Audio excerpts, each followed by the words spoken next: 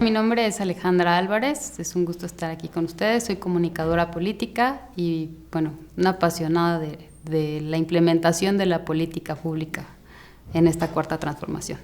Justo en este momento, uno de los temas que me tiene muy entretenida es el tema del bienestar educativo. El bienestar educativo en este gobierno, no solamente a nivel federal, sino a nivel local, abraza la política como una herramienta de transformación social que está en este momento pues garantizando los derechos que ya están en las leyes, ¿no?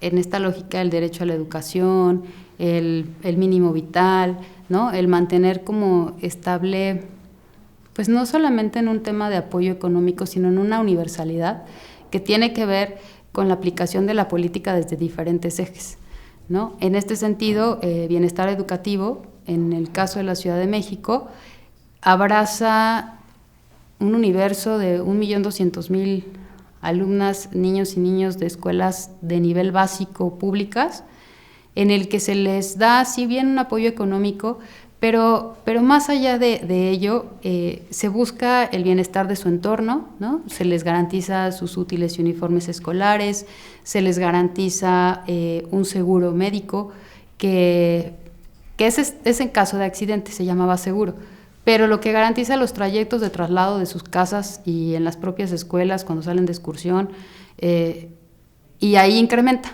porque también cubre a la educación media superior de la Ciudad de México, entonces se va hasta 1.900.000 alumnos a los que de una u otra manera les garantiza el derecho a la salud en caso de tener algún incidente, por ejemplo.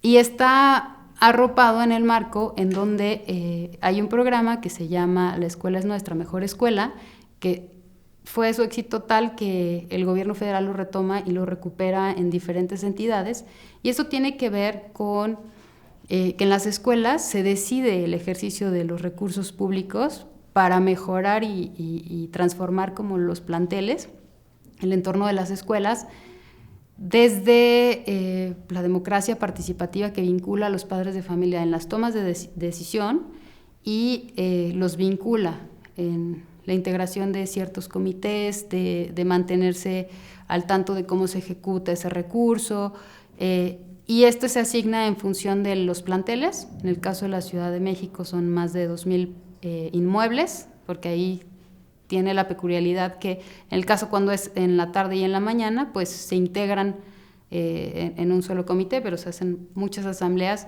en la lógica de tomar a la mayoría en cuenta, ¿no? Entonces estos ejercicios no solamente te hablan de una política pues de apoyos económicos, ¿no? Sino de vincular, de garantizar derechos, de transformar los entornos desde lo colegiado, ¿no? Siéndote copartícipe del gobierno. La visión de la política pública actualmente es totalmente distinta, ¿no? La universalidad lo que hace es generar un piso parejo para todos, y a partir de esto detonar las capacidades. Digo, habrá las y los niños que sean buenos en matemáticas, ¿no? Sin embargo, pues habilidades hay muchas, ¿no? Entonces esto garantiza que desde las diferentes capacidades todos tengan un piso parejo y puedan ser impulsados. O sea, digo, al final de cuentas estos apoyos son la llave hacia un futuro distinto, ¿no? Hasta poderte imaginar como escenarios en donde tu hija o hijo puedan tener las mismas oportunidades de arranque, ¿no? En esa lógica la universalidad no solamente está en la beca, va abrazado con los útiles y uniformes escolares, ¿no? Y durante la pandemia pasó algo en la Ciudad de México muy interesante, que fue que las escuelas que tienen sus comedores, pues obviamente estaban cerradas las aulas, y lejos de decir, bueno, pues este recurso no se utilizó aquí, váyase a dónde, lo que se hizo fue aplicar con esos recursos una especie de entrega de despensas para los propios beneficiarios de los programas de Mi Beca para Empezar y útiles escolares, y se les dio, digamos que el apoyo en especie, que tú dijeras, ay, ¿no? Una despensa, pero una despensa cambia la realidad, o sea, estamos hablando que esta universalidad de pronto permite que una familia con 4 niños pues tenga 4 apoyos, entonces en la suma sí es un cambio significativo en un contexto de coyuntura de, pues si no crisis, sí de una situación económica distinta, ¿no? O sea, de si se detuvo todo de pronto por 2 años y seguimos batallando en salir adelante, ¿no? Pero incluso en esa lógica, en términos de inflación a nivel país, digo, podrán cuestionar, ¿no?, el 7.7%, pero si lo comparas con pues otras economías más fuertes, Reino Unido tiene 7.8%, o sea, la verdad es que estamos en la media y estamos intentando salir adelante. La política, hablando un poquito de economía, el incremento del salario de 2019 a la fecha tiene un incremento de 44%. Durante 40 años no se había modificado el salario mínimo, ¿no? Entonces, pues tú puedes ver que sí se está haciendo toda esta austeridad que de pronto es muy cuestionada, va encaminando los recursos públicos a la gente, ¿no? Entonces, tú dirías, bueno, es que no todos son apoyos, pero sí los apoyos sirven para contener, por ejemplo, en el caso de inseguridad, ¿no? O sea, este es un gobierno que se va a las causas, criticable, no cuestionable, pues sí, pero jóvenes construyendo el futuro, ¿no? O sea, becas Benito Juárez. O sea, hay una estrategia vinculada de gobierno local con gobierno federal en donde más de 28,000 millones de pesos son aplicados para estos programas, ¿no? Y no es como que estés ponderando un tema al otro, está vinculado, ¿no? O sea, si tú garantizas el desarrollo social, si tú das como herramientas para que el crimen organizado no te coopte, para que los chavos se mantengan, si quieres por la beca, en este ánimo estudiando, o sea, tú al final de cuentas estás atendiendo las causas, estás reconstruyendo el tejido social, le estás apostando a la sociedad, ¿no? Le estás apostando al desarrollo humano, porque estos programas no se quedan ahí. O sea, en esta estrategia de construcción de la paz está vinculada a la cultura, está vinculada a la salud, ¿no? O sea, esto que te decía de las despensas, pues tiene que ver con garantizarle el alimento a las personas, ¿no?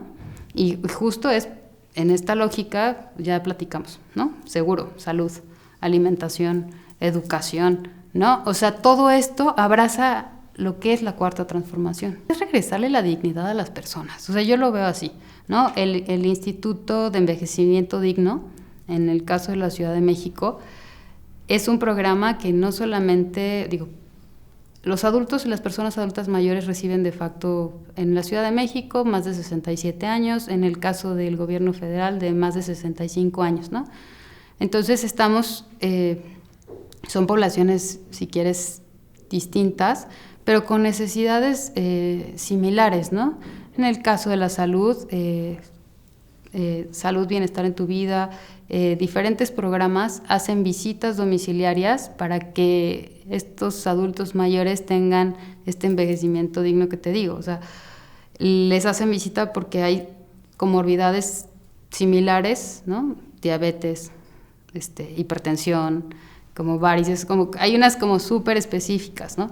Y también dentro de estas visitas que se les hacen como parte de los programas, se han detectado, por ejemplo, casos de abandono, ¿no? O sea, casos en donde hay adultos mayores que viven solos, que no tienen dependientes económicos y que sí es su única fuente de ingresos y que viven pues, en un estado de abandono. Y estas visitadoras que tenemos, pues les regresan el poder platicar con alguien, el que alguien se interese en ellos, ¿no? Todos para allá vamos, ¿no? Y en esa lógica es muy loable el que pues la política se integre y se promueva y se busque el bienestar en los diferentes niveles, ¿no? O sea, y no en un tema de, bueno, a los que tengan más, ¿no? O cuántos son en esta casa, ¿no? O sea, nos contaban casos en donde incluso durante la pandemia se hicieron donaciones de teléfonos celulares y se les enseñó a utilizar la tecnología para mantenerse en comunicación porque pues detectaron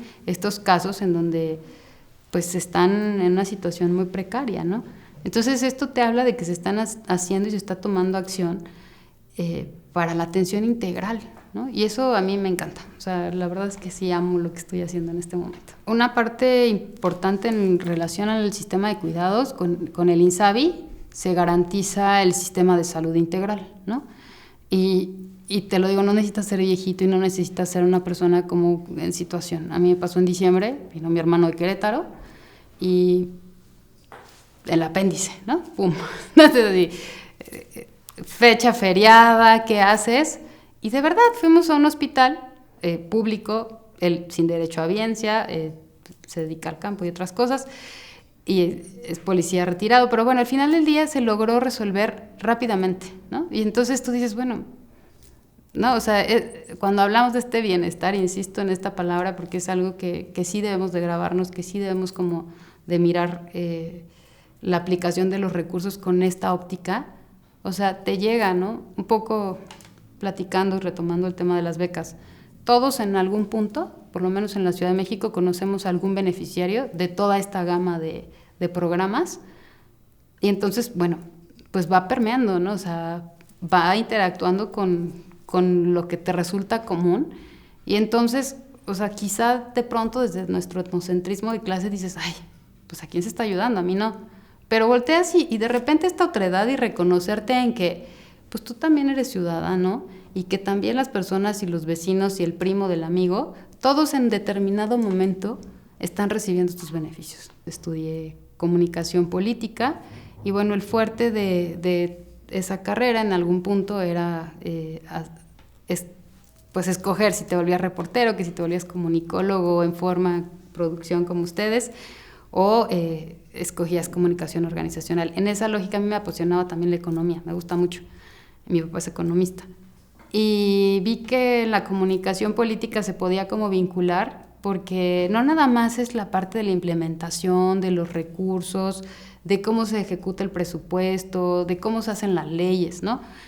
La política es integral y si no se comunica adecuadamente, pues poco sabemos, ¿no? Hace poquito colapsó el tema del transporte público en la ciudad.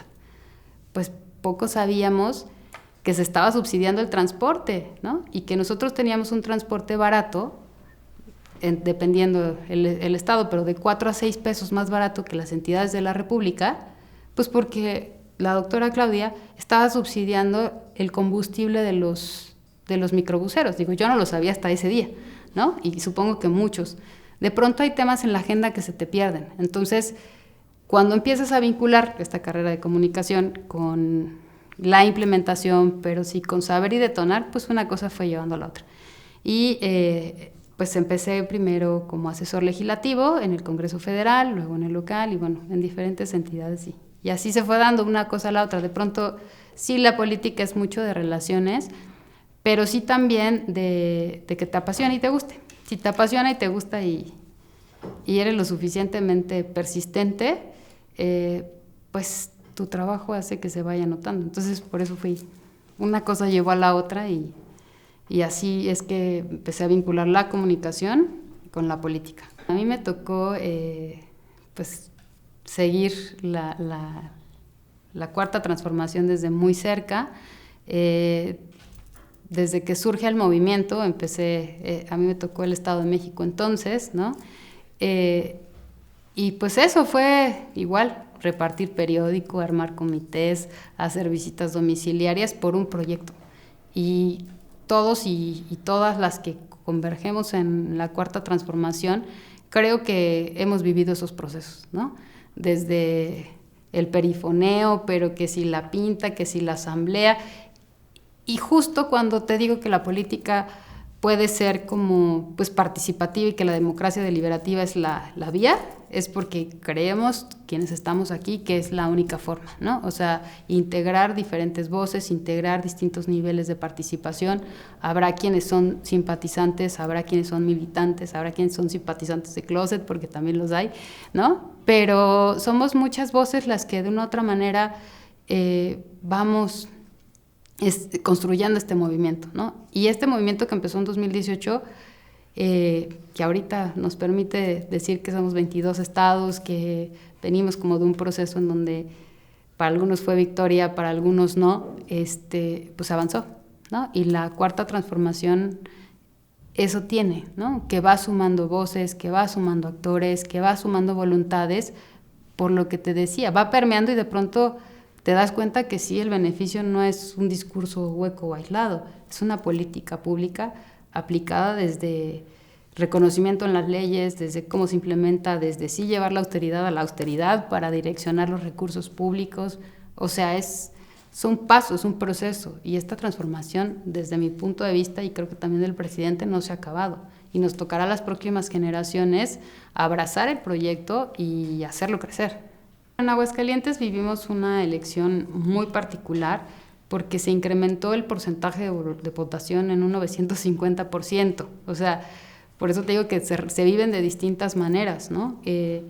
Sí fue una elección muy competida en cuanto a guerra sucia, diría yo, ¿no? O sea, la verdad es que el PAN se aferró a lo que sentían era lo único que les quedaba y sí aplicaron una política de Estado en donde a mí me tocó presenciar cómo a compañeros simpatizantes la policía municipal le abría la puerta a comandos armados, ¿no?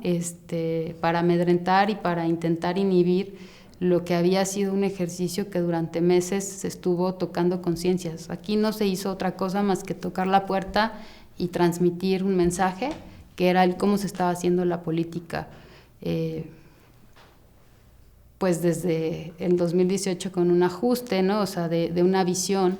Y por eso te decía lo de los de closet, ¿no? O sea, ahí sí nos encontramos muchos lugares en los que había simpatizantes y lo que se buscó con estas medidas de violencia fue inhibir que salieran estas personas, ¿no? Que dijeran, sí, sí, vamos, ¿no? Con todo y eso, te digo, a mí y lo puedo compartir así, creo que Anora también lo ha manifestado, pues es un triunfo porque se avanza, ¿no? O sea, 950% no es cosa menor, ¿no? Pasamos de 14 a 150,000, poquito más, ¿no? Y lo que sí te puedo decir, porque nos tocó verlo, incluso gente que integra diferentes programas acá, pues fueron violentados. Hubo diputados que iban como observadores electorales, como muchos de nosotros que íbamos a ver. O sea, no es como que estuviéramos haciendo nada ilegal, estábamos promoviendo la participación ciudadana, estábamos volanteando, estábamos repartiendo pues como que un mensaje distinto, ¿no? Una política distinta en el quehacer, en la implementación, sin moches, o sea, de verdad había como temas muy sentidos de la sociedad, en donde la